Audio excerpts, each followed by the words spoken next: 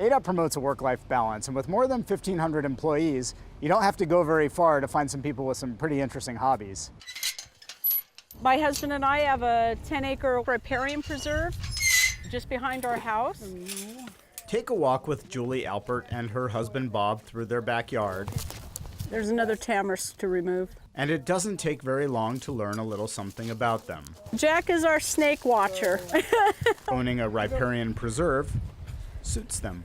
You want to stay up here or do you want to go down to the creek? Okay. The definition of a riparian system is really that which conveys water.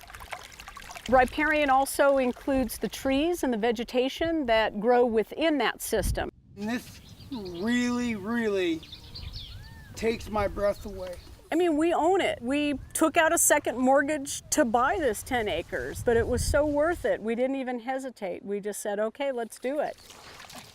When they purchased the property in 2007, There is basically nothing here. the landscape was much different. It looked exactly like what you see on this side of the fence. There were no cottonwood trees, or very few, just a couple of little ones coming up here and there. Most everything had been cattle pruned to probably about 2 feet high.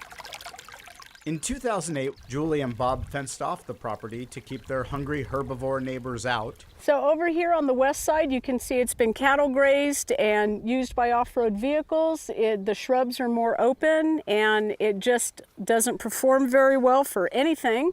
And over here you can see quite the difference in the amount of shrubbery here and the tree height and the ground cover. We haven't spent $1 on this other than the fence it off, and it came back on its own. There's just a joy in knowing that it didn't take a whole lot of work or money and we let Mother Nature do her thing.